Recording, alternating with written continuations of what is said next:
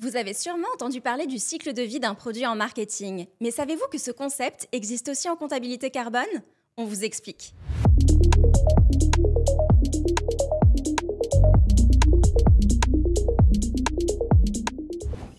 Si vous avez fait des études en marketing, vous avez sûrement entendu parler du cycle de vie d'un produit.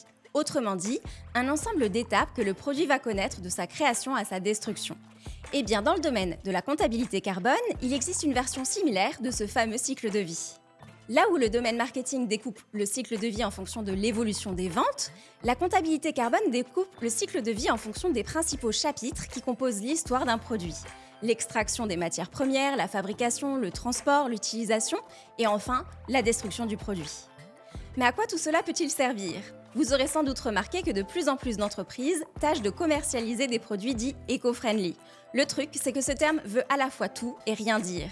Pour bien faire, une entreprise qui souhaite véritablement travailler à réduire l'impact environnemental de son produit doit d'abord comprendre cet impact en détail. Comment? En examinant étape par étape la manière dont son produit pèse sur l'environnement. Au moment de sa fabrication, comme au moment de son recyclage par exemple. De cette manière, une entreprise s'assure qu'elle n'oublie rien. Elle peut ensuite travailler à développer une stratégie qui va permettre de réduire au maximum l'impact environnemental de son produit. Réaliser une analyse de cycle de vie de son produit, c'est le préalable indispensable à toute forme d'éco-conception. Un produit éco-conçu, c'est un produit dont le moindre aspect a été pensé pour limiter au maximum son impact environnemental. Alors bien sûr, vous l'aurez deviné, pour lutter contre le changement climatique, toute entreprise devrait travailler à développer des produits et services éco-conçus. Et c'est un travail de longue haleine. Alors, on s'y met ?